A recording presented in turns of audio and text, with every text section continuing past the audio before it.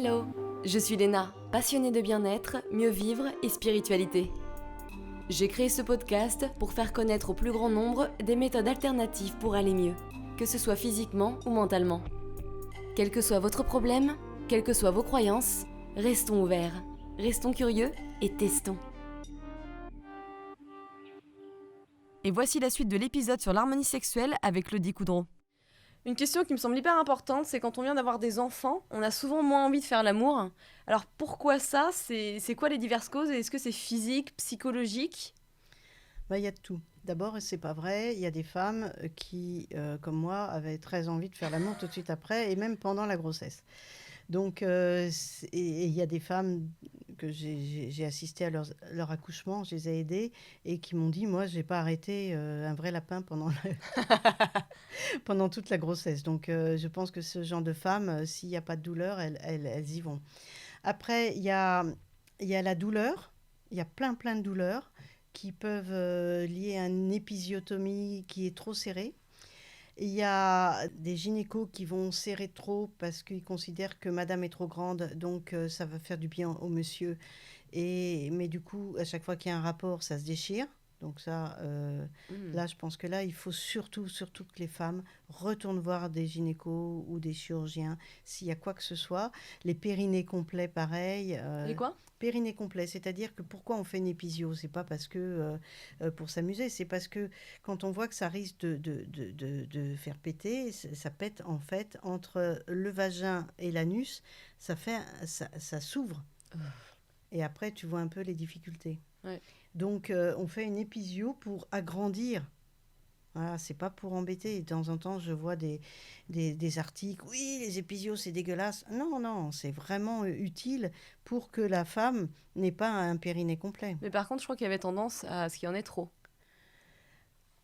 Il y en a un peu trop pour la bonne raison qu'on fait beaucoup plus d'accouchements avec les drogues. On programme beaucoup plus les accouchements avec de l'ocytocine et tout ça. Et c'est pas tout à fait les mêmes contractions. Enfin, il y a plein de choses à dire sur les accouchements.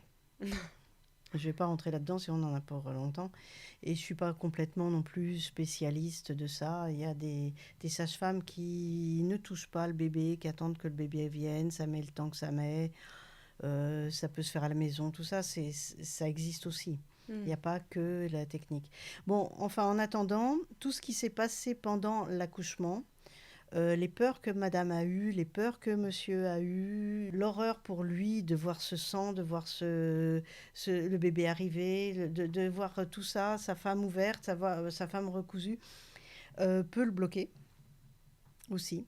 Hein. Et donc, certains hommes ne peuvent pas. Arriver dans un hôpital, déjà, ils sont verts. Donc, faut aussi accepter que pour certaines femmes, leur mari ne sera pas là parce qu'ils sont pas les capacités pour être. Il vaut mieux ça que l'inverse dans ces cas-là. Enfin, que du coup, Bah, la personne, après, elle supporte pas en faire c'est avoir ça. des Puis rapports s'il tombe dans sexuels. les pommes, c'est pas pratique dans une salle. C'est clair. Et puis, il y a toutes ces douleurs morales et physiques. Hein, et les morales, c'est des peurs. Il y a des femmes qui ont eu peur, elles ont eu l'impression de mourir. Et là, ça reste à l'intérieur. Et donc, je me souviens quand je vois souvent je m'occupe des mamans enceintes et après je vois en général bébé et maman. Et bébé était tranquillement en train de dormir à côté de la table où je travaille.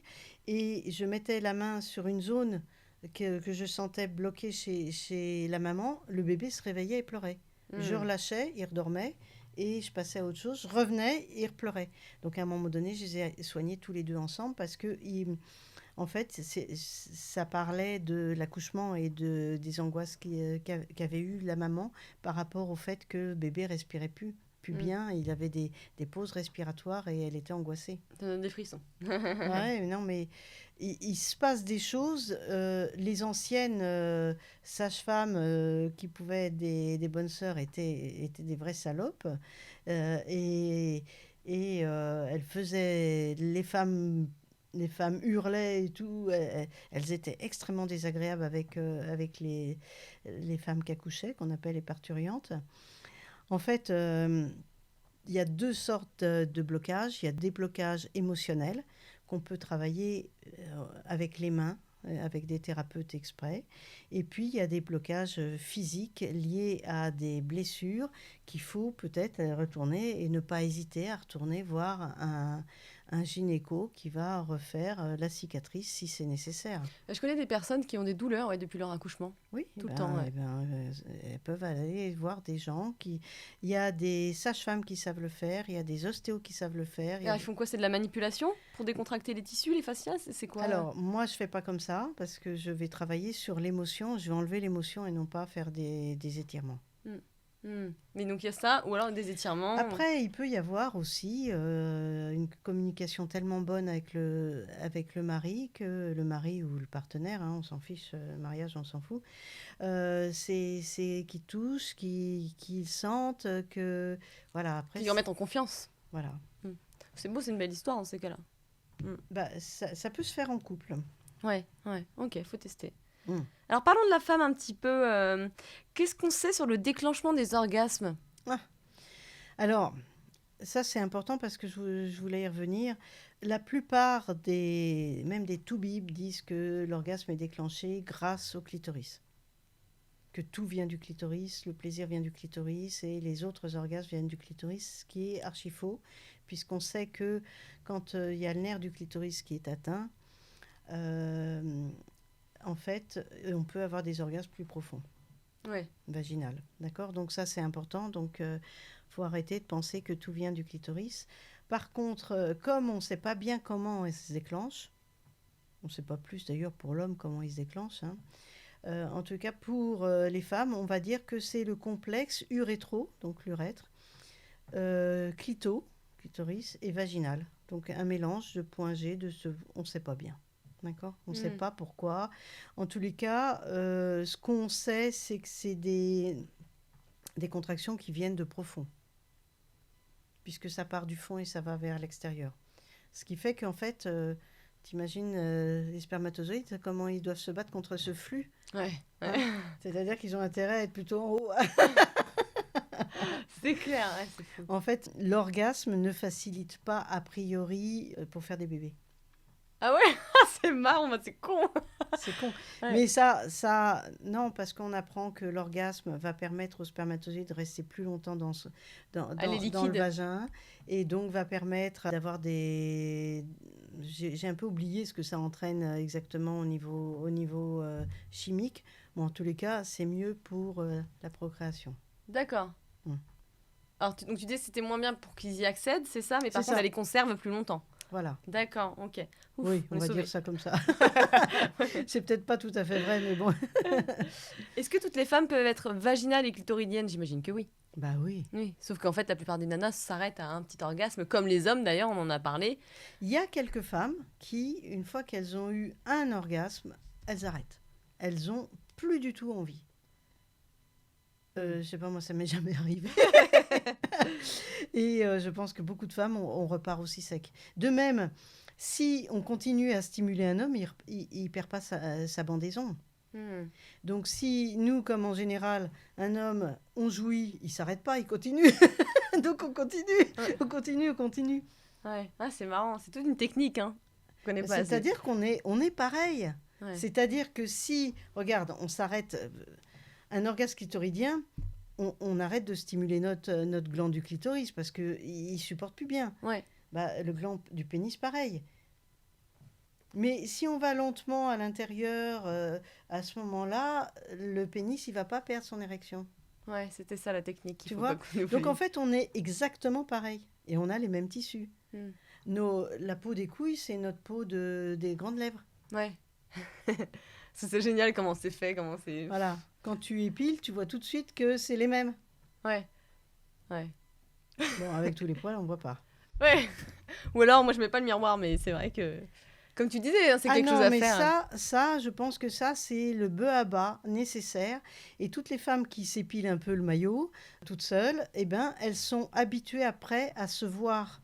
Et ça change vraiment, en tous les cas pour moi, ça m'a permis d'oser me regarder et de trouver ça plutôt beau. Donc, je suis très contente de moi, quoi. Non, mais c'est vrai que c'est important. Moi, un jour, je m'étais rasé toute la chatte, parce que normalement, j'ai une petite moustache, comme j'aime l'appeler. Et du coup, je dis, ouais, mais c'est vrai que je voyais pas en fait à quoi ça ressemblait mon sexe, en fait. Et ça m'a fait bizarre. Et c'est vrai que je pense que je suis pas la seule du tout à pas regarder à quoi ressemble ma chatoune, quoi. Ah bah non, non, non, non, non. Non, puis quand on était petite fille, on n'a jamais mis la main à l'intérieur. Non. Non, tu mets du Parce temps que à dire qu'est-ce que c'est que ce truc. bah, Ouais. à l'intérieur, on n'a pas besoin parce que on a de toute façon l'orgasme clitoridien est nettement supérieur à celui vaginal quand on est petit. Après, au début, quand on commence le plaisir vaginal, ça fait des petites vagues, hein. Puis après, plus on connaît, plus ça fait de grandes vagues. Mm. Et après, il y a des femmes qui vont utiliser les deux. C'est-à-dire pendant la pénétration, pendant le coït, comme on dit, elles vont se stimuler le clito. Ah oui, Ou c'est elles vrai, vont ouais. avoir le partenaire qui va stimuler le clito dans certaines positions où c'est plus facile pour lui. D'accord. Et ça fait double plaisir. Ça peut être dérangeant pour certains. Ça peut... voilà. Il y a Ouais. des hommes qui osent dire bah, je te suffis pas, tu es obligé de te caresser en même temps. Euh, Oh la vache, l'ego jusque-là, putain, t'es mal barré, c'est Ah non, sûr. non, mais C'est on fou. a des réflexions. J'ai vu une femme qui ne mouillait plus parce que son mec lui a dit, mais t'as vu comme tu mouilles? Ah ouais, d'accord. C'est vraiment. Est-ce qu'on dit à un homme, t'as vu comme tu bandes? Ça va pas le vexer, lui. Non, mais c'est Mais c'est nous, clair. et depuis, elle était bloquée. Ah la pauvre. Mais on a plein. Il faut faire très attention à ce qu'on dit parce que ça va vite, hein. Hmm. On peut dire, ah bah dis donc, tes petites lèvres, elles dépassent vachement. Et Ouais. alors? Mais d'ailleurs, il y a plein d'opérations, il me semble, pour ça. Bah, ça serait bête. Comme il y a des femmes qui trouvent elles ont les grandes lèvres, les petites lèvres qui dépassent trop. Ouais. En fait, quand elles gonflent, elles dépassent pas. C'est super beau parce que comme ça, c'est plus moelleux pour un homme. Je sais pas, moi. Ouais. C'est fou, C'est... t'imagines les complexes qui vont jusque-là, c'est quand même. Ah bah oui, là, on se regarde un peu trop, là. Ouais. Alors, enlevez la glace, là. En parlant de liquide et de mouillage, on va parler un petit peu de femmes fontaines, Ah parce oui. que c'est un petit peu mystérieux, on ne sait pas ce qui se passe physiologiquement. Est-ce que tu peux nous en dire un petit peu plus? Ah oui. On a fait une conférence là-dessus sur les femmes fontaines avec Pierre Desvaux, qui a fait une étude avec le docteur, donc c'est deux médecins, et c'était une thèse du docteur Samuel Salama. Ils ont fait ça dans les années 2016-17, je crois. Et ils ont étudié, mais d'une façon extrêmement claire. Voilà, on prend une femme, elle fait pipi, on fait une échographie, il n'y a plus rien dans la vessie, elle se stimule, on refait une photo, la vessie se gonfle. Il y a Femme Fontaine, bon, il y a le copain qui stimule en même temps, hein. Il y a Femme Fontaine, on regarde la vessie de nouveau, elle est vide. Donc, ils ont étudié le liquide qui est effectivement une. Ils ont fait ça sur 8 femmes. Alors en France, on a dit que 8 femmes, c'était pas assez. Dans tous les autres pays, ça a été reconnu comme scientifiquement valable. Et donc, mais ici, on ne supportait pas bien que ça soit l'idée que ça soit de l'urine. En fait, c'est de l'urine extrêmement diluée avec un peu de cyprine. C'est quoi ces prix? La cyprine, c'est notre mouille, D'accord. d'accord? Notre Et, mouille, c'est mignon. et on a, c'est mignon la mouille. Et on a aussi une petite prostate qui s'appelle les glandes de Skene qui peuvent faire 1 millilitre de liquide. D'accord. Mais elle est inconstante, hein. Une fois sur 9, sur 10, elle n'existe pas. Donc voilà, mais voilà, c'est un mélange de tout ça. Et ça a été étudié, ça a été reconnu partout mondialement, tout le monde en parlait. Et en France, impossible. Mm. Impossible, ça a été... on est parti en France de l'idée que le clito est tout. On a un grand clito maintenant, super. On a une éjaculation, super. On peut se passer de pénétration parce qu'on n'a pas besoin des mecs. Et il y a un petit côté féministe un petit peu Extrême. extrême.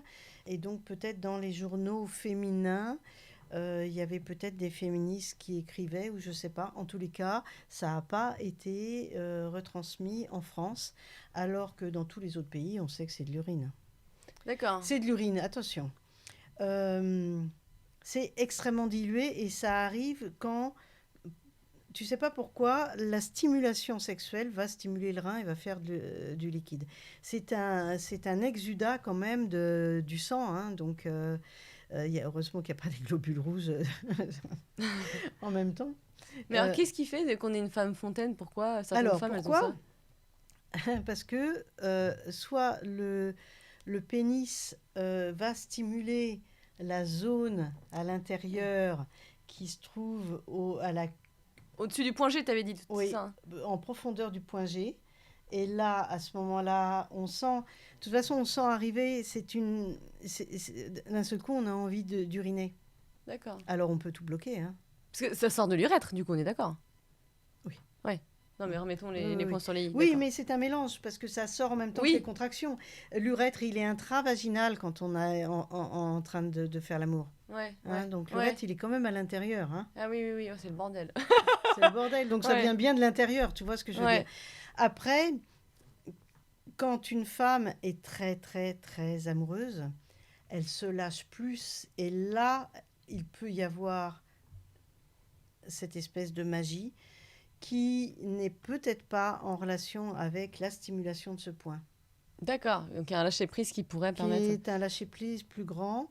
On va laisser un peu de magie là-dessus. Il y a peut-être un pourcentage de femmes qui sont fontaines d'une autre façon que la vessie. D'accord. Je vais rester sur un flou artistique parce que je trouve ça beau de garder cette idée-là. C'était le nectar des dieux. Hein. Ah bon? On a plein de textes et de photos d'Inde où ils mettaient un calice pour recueillir ce liquide et l'homme le buvait de façon cérémoniale. Ah ouais, d'accord. Ouais. Ok. Ouais. Et donc, il y a deux manières d'être fontaine. Ouais, mais est-ce que déjà il y a un intérêt à être femme fontaine? Alors, il y a des femmes qui vont dire c'est extraordinaire. Lors du stage où on était une vingtaine dans l'atelier, c'est Michungi, qui est une femme qui fait du porno. Et c'était impressionnant. Donc, c'était un atelier qui a eu lieu... On a pris tous des parapluies. Ah non, tu vas voir. C'était un atelier qui s'appelait Liquide-moi. Ah bah oui, bah tiens. Et Aérosphère. Les parapluies de Cherbourg. Et donc, la salle était en plastique complètement.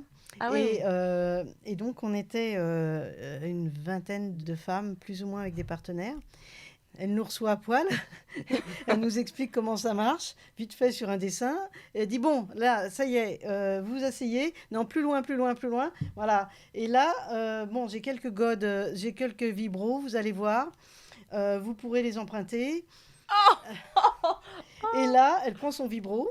Écoute, ça n'a même pas duré une minute. Au bout d'une minute, elle faisait des jets de 2 mètres. C'était impressionnant. Ouais, c'est clair. Et après, elle nous dit, bon, allez-y, à vous. Et là, on prend notre petite serviette, on va se mettre dans un coin, on essaye de se séparer le plus possible. Mais ne pas se voir. Pas quand même être trop... voilà. Mais c'est... Aérosphère, c'est toujours assez particulier. On ose se lâcher et on ose être dans des situations où on n'oserait jamais dans la vraie vie. Mais on y arrive finalement. Et donc, moi, j'étais avec un partenaire qui a essayé d'une certaine façon. Il était tout content, il a réussi.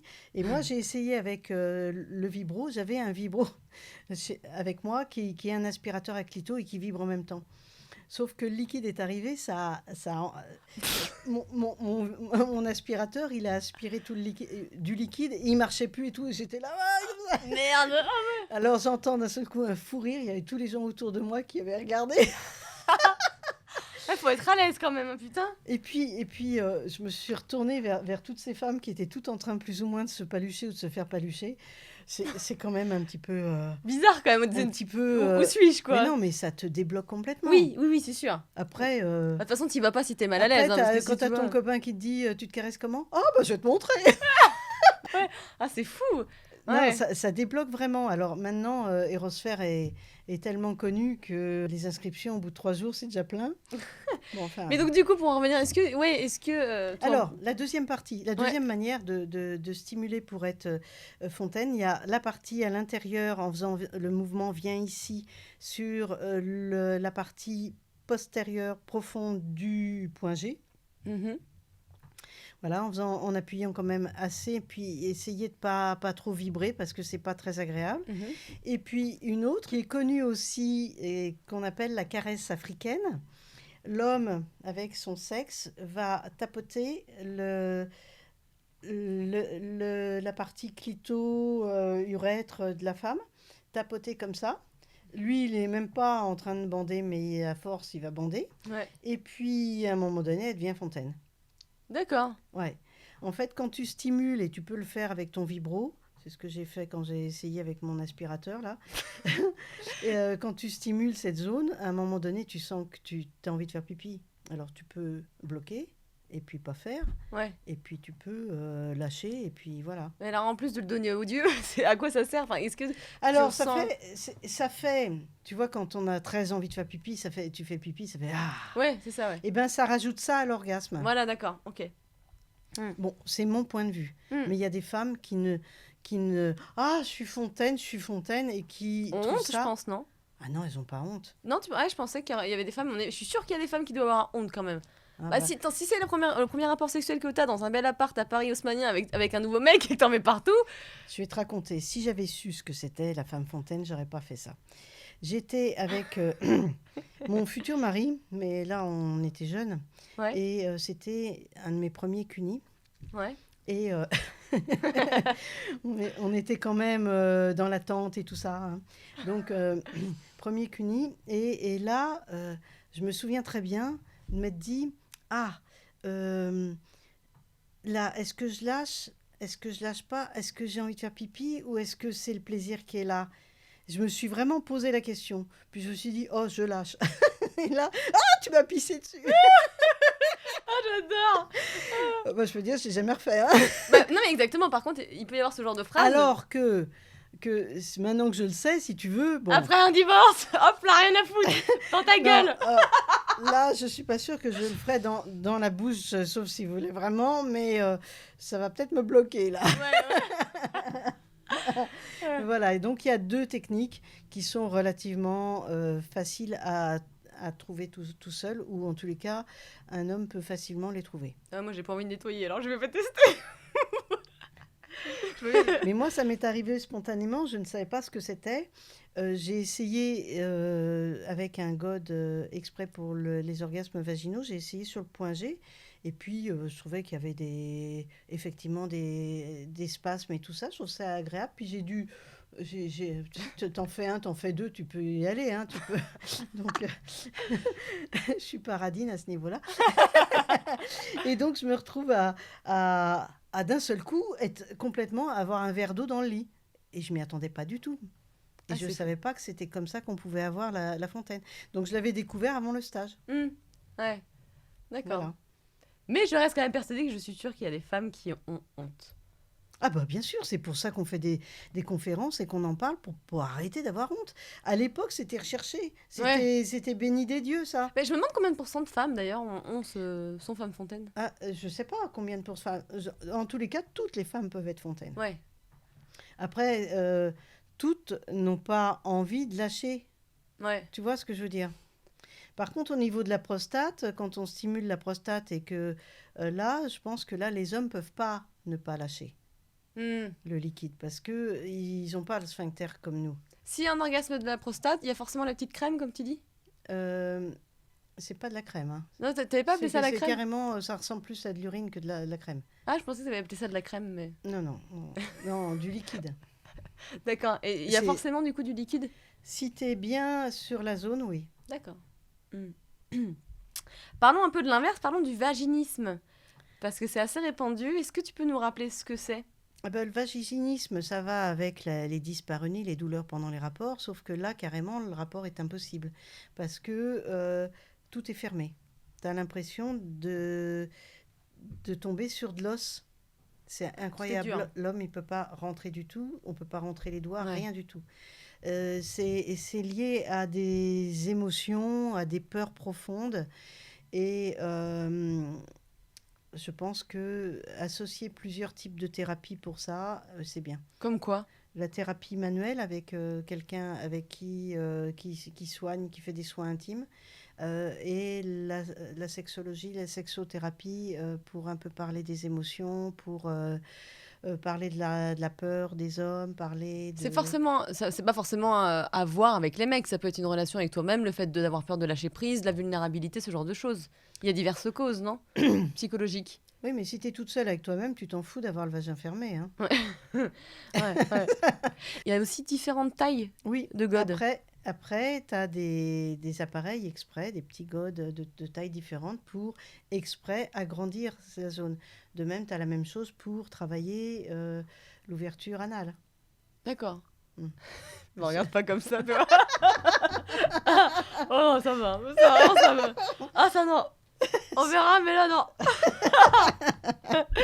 Mais d'accord, ouais. Donc le vaginisme, c'est à la fois psychologique et à la fois il faut une thérapie manuelle. Mais ça peut être compliqué pour des femmes qui ont déjà pas confiance d'écarter leurs jambes. Donc c'est quand même. Bon, après, il faut se bouger le cul. Enfin, du coup, il faut se bouger la chatte, mais c'est vrai. Pour le coup, sinon, t'arrives à rien, quoi. C'est aussi affronter ses peurs. Voilà, ça dépend. Ouais. Bah oui. Non, mais ça, Tu sais, aller voir un psy, c'est pas facile non plus. Hein. Ouais, enfin bon, écarter les jambes, tu vois, j'allais chez la gynéco vendredi, c'est quand même pas une partie de plaisir. Hein. Écarter, t'as un truc froid qui te rentre, qui te fait mal. Pouf. Oui, normalement, il devrait être un peu réchauffé. Ouais, bah voilà, il était froid. Bon, enfin, ça va, il faisait plutôt chaud à Paris. C'est ça. Récemment. Ah, ça refroidit, c'est bien, tu sais. Donc, du coup, tu dis que c'est un rapport, le vaginisme et les femmes qui ont des douleurs, c'est le même. Enfin, pas le même degré, mais il y a un rapport. C'est pas le même degré, mais c'est. Oui. Par exemple, moi, je sais que des fois, quand ça m'arrive d'avoir un petit peu mal, c'est que je suis un peu sèche. Oui, donc ça, écoute, tu mets du gel. Hein. Bah, c'est ce que je fais. Ouais. À un moment, justement, je mettais de l'huile de coco, mais c'est une connerie apparemment avec. Ouais. Donc, du coup, je mets du. Tu mets du gel sans, tu sais, à l'eau. Oui, exactement. Et tu en mets à l'avance. Au fond, à l'avance. Ah, moi-même, pas sur la bite du mec. Bah oui. Bah oui, c'est ça, oui. Sinon, ça se met mal. Ouais. Mais d'un autre côté, prends le temps aussi. Oui, c'est aussi, c'est ça, exactement. Non, mais c'est ça, faut prendre plus de temps. Parce que si tu veux, si t'es pas mouillé, mais t'es pas non plus gonflé. Oui, donc du coup, t'auras mal dans tous les cas, si c'est ça. Du coup, si tu veux, la vulve qui se gonfle permet de faire un petit coussinet au pubis de monsieur. Ouais, bah c'est ça, ouais. Après, une fois que t'es rentré, ça va, mais c'est toujours, tu vois, le début. Oui, mais il y a des femmes, si tu veux, le mec, il y va tellement fort que... Mais tu sais que j'avais pas ce problème-là avant d'avoir fait Roaccutane. Ah bah oui. Ça m'a séché les muqueuses et je pense que depuis, c'est ça qui fait que j'ai toujours un petit peu mal, parce que je suis peut-être plus sèche qu'avant. Et tu l'as arrêté depuis combien de temps? Ça fait, je sais pas, 5 ans, 6 ans. Ouais, ça va se remettre alors.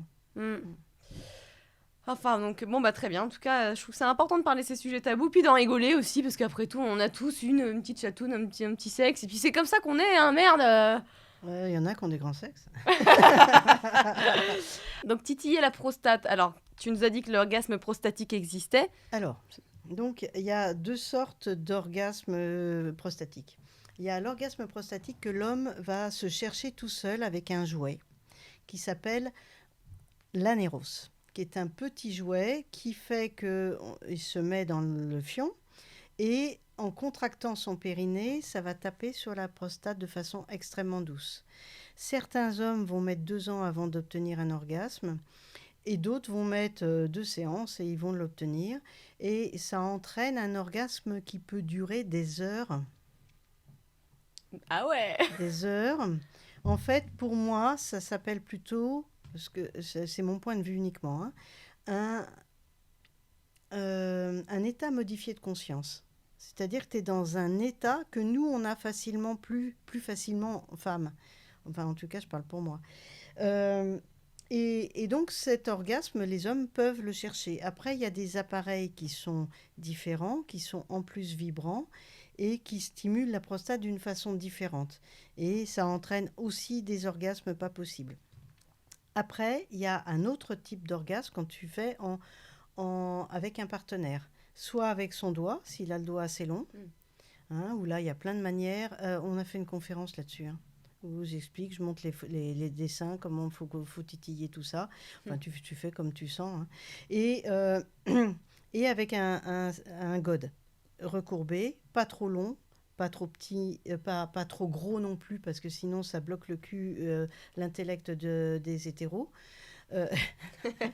Donc quand il est petit comme ça, tout ça, c'est possible de l'introduire.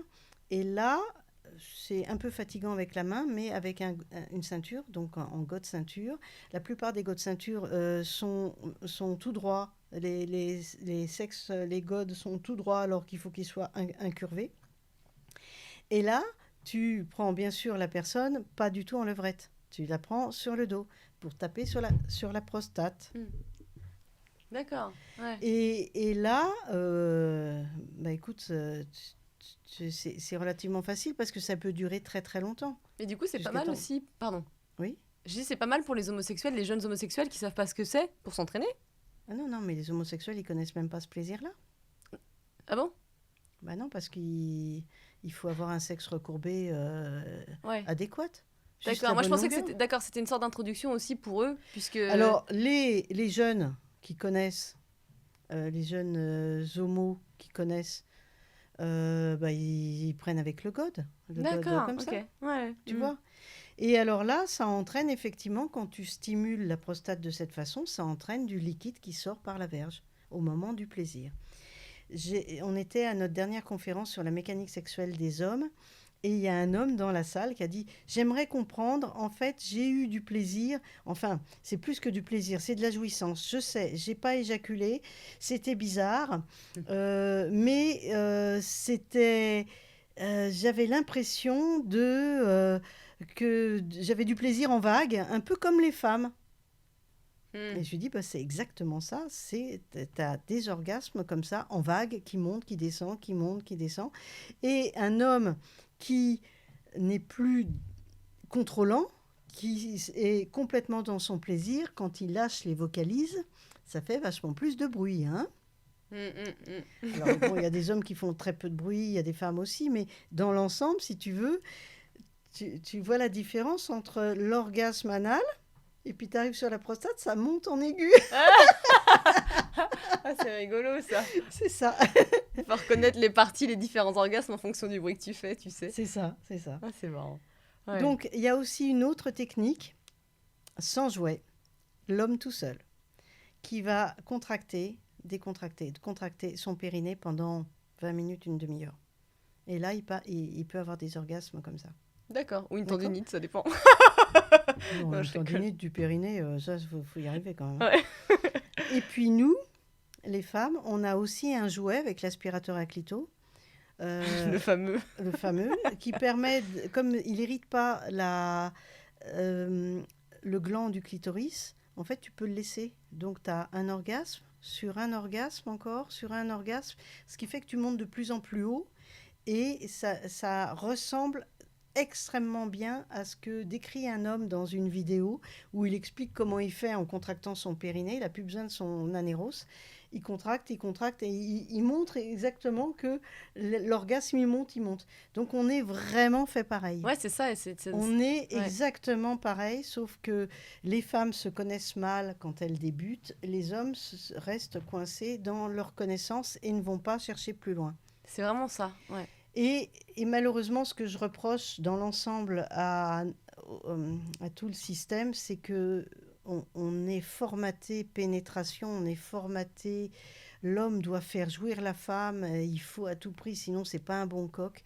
Et malheureusement, on perd ce côté de communication sacrée qu'on peut avoir à deux. Et je pense que la sexualité, c'est surtout ça. Et donc, il y a d'autres types d'orgasmes qui sont des orgasmes beaucoup plus extatiques, qui sont intéressants, voilà, et que beaucoup de gens étudient plutôt dans le tantra. D'accord. Le néo-tantra surtout. Ouais. Et comme quoi le tantra, c'est vraiment très intéressant. Oui et non. C'est-à-dire qu'il y a aussi beaucoup de gens qui ont une sexualité qui est bloquée et qui vont dans les stages tantra pour expérimenter d'autres choses, mais ils n'ont pas assez expérimenté tout leur potentiel. Je pense qu'on n'a pas assez parlé aussi de toutes les difficultés sexuelles des hommes. On parlait d'impuissance avant, maintenant on parle plus d'impuissance puisque c'est plus du tout bon, mais les difficultés d'érection et les difficultés d'éjaculation précoce, prématurée on dit maintenant. Et donc, mais allez voir des sexologues parce que en très peu de temps tout est réglé. Tout est réglé. Il suffit de quelques exercices, il suffit peut-être d'un médicament qui débloque les choses, qui sera à prendre très peu de temps, mais sentir après le point de non-retour qui fait qu'après tu le sais où il est, tu vois, et après tu peux gérer. Mais en plus, les hommes, souvent, ont moins l'habitude de prendre soin d'eux, d'aller voir des spécialistes. C'est chaud. Tout ce qui touche, en plus, tout ce qui touche la quéquette, ça. Si, quand ils ont mal, par exemple, tu peux avoir des douleurs lombaires avec en plus une douleur qui irradie dans le sexe et dans les bourses. Là, je t'assure, ils arrivent vite. Hein. Ah, tu m'étonnes. Là, ils arrivent vite, oui, il n'y a pas de problème. Et en parlant de la quéquette, parlons un peu de masturbation. Ah oui. C'est bon pour la santé, la masturbation. Eh bien oui, il y a eu des études de fait. Ouais. Et les premiers qui ont fait les études se sont dit, on va voir si l'éjaculation, c'est mauvais pour le corps ou pas. Et ils étaient vraiment partis sur l'idée que c'était mauvais, un peu comme la masturbation rend sourd. Or, ils ont trouvé l'inverse, c'est-à-dire que de nombreuses études, maintenant on en a plein, l'éjaculation est bonne pour le cancer de la prostate, pour l'éviter bien sûr. Ouais. Donc dans une étude de 2016, il y a 32 000 hommes quand même ont été suivis pendant 18 ans, ce qui est énorme. Hein. Oui, c'est ouais. Et il y a 3800, donc à peu près presque 12%, ont développé un cancer de la prostate. Et quand on les interroge sur leurs habitudes masturbatoires, on s'est aperçu qu'en fait, ils se masturbaient peu. Alors peu, c'est égal à combien 4 à 7 fois par mois, alors que ceux qui se masturbaient 21 fois par mois... Quand même. Oui, quand même. Hein. C'est sur l'étude d'entre les hommes de 40 à 49 ans. Et ils ont vu qu'il y avait 22% de cancer en moins. Vache, ouais, c'est impressionnant. Donc, 22%, c'est quand même pas inintéressant. Bien sûr. Et puis, par contre, 21 une fois par mois, ça fait quand même que seulement 9 jours où tu te reposes. Hein. Bah ouais, putain, c'est clair, au final, déjà Ouais. 4 à 7 fois, enfin 4 à 9 fois, c'est pas mal, là. Hein. Ouais, mais 4 à 9 fois, c'est là que tu as des cancers. Bah oui, c'est ça le problème, je trouve que c'est déjà pas mal. Non. Donc, attends, je dis pas que c'est proportionnel. Hein. C'est-à-dire, si tu éjacules 50 fois par mois, tu auras 50% de moins de cancer. Ça, c'est pas vrai. Hein. Ouais. Je préfère le dire. Il y a des mecs qui vont faire ça 4 fois par jour. Là, ils arrêtent pas là. Bon, enfin, en attendant, il y a une autre méta-analyse chinoise de 2018 qui reprend 22 études sur 55 000 hommes dans 9 pays. Donc, c'est assez intéressant. Voilà. Et il semblerait que c'est plutôt 2 à 4 éjaculations par semaine. D'accord. Ce qui fait quand même pas mal, mais, Ouais. mais bon. Un peu moins, quoi. On va dire une quinzaine de fois par mois. Voilà. C'est déjà mieux. Ils disent que c'est pas bon du tout les infections, les IST, les infections sexuellement transmissibles, que ça augmente le risque de cancer. Ouais. Que le premier rapport sexuel, plus l'étard, mieux c'est. On va dire ça aux puceaux.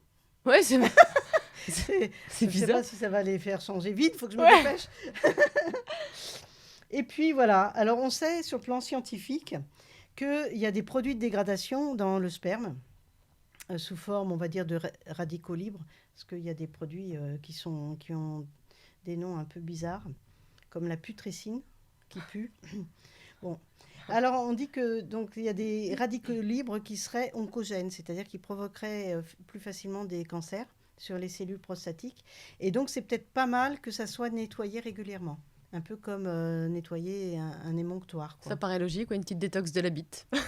Voilà, donc c'est important que les hommes s'occupent de leur quéquette. Ouais.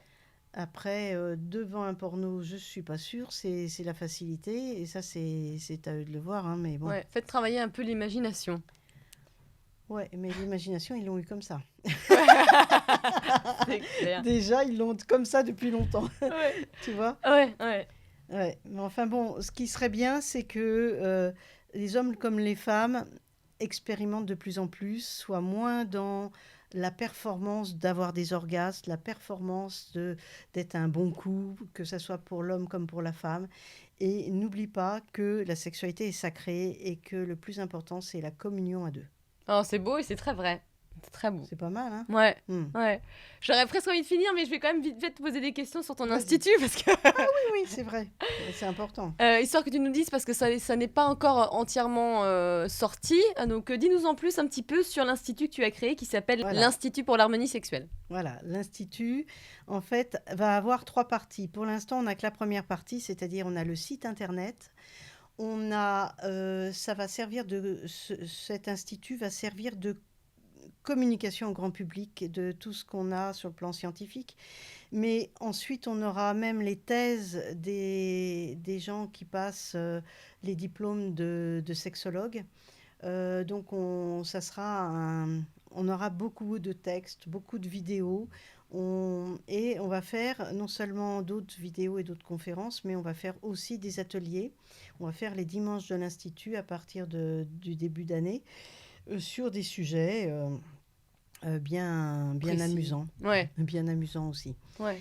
Et on a une deuxième partie qui nous tient à cœur, qui va être un centre thérapeutique pour la sexualité, où là, qui va servir à des hommes comme des femmes de pouvoir venir et d'être vus, qu'on arrive à régler leurs problèmes avec différents types de thérapeutes.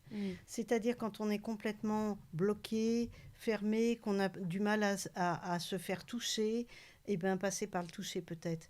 Passer par... il y aura toujours un sexologue, il y aura toujours un médecin pour voir si mécaniquement parlant, il n'y a pas des problèmes mécaniques. Mais il y aura des sexologues, des sexothérapeutes, beaucoup de choses dans le bien-être. Parce que si tu es trop gros, ça serait bien que tu maigrisses, ça serait bien que tu sois mieux dans ta peau, ça serait mieux que tu sois dans le lâcher-prise. Ouais, Et justement, notre troisième partie va être un centre de formation du lâcher-prise. Qui va servir pour beaucoup de choses. Hein. Lâcher-prise dans la vie quotidienne, dans la vie sentimentale, dans la vie professionnelle et dans la vie intime. Ouais. Donc, nous, on se servira surtout ça, mais ça va servir. Donc, on a 3 parties importantes. Et le centre thérapeutique pour la sexualité, on aura certainement un lieu d'ici 1 an et demi. Donc, plutôt 2022. Ouais. Fin 2021. Après, on va pouvoir peut-être commencer déjà, parce qu'on est en train de recruter des praticiens qui correspondent. Voilà. Les stages vont être aussi très importants, parce que le lâcher-prise en stage... lâcher-prise en stage, attends, on ne va pas baiser. Hein, oui, ce ne sera pas comme ton festival, là. C'est pas comme... non, pas du tout. Ouais. Mais se laisser toucher, porter, s'abandonner dans les bras de quelqu'un, on est habillé, hein, danser, enfin, plein de choses qui sont nécessaires pour débloquer certaines personnes.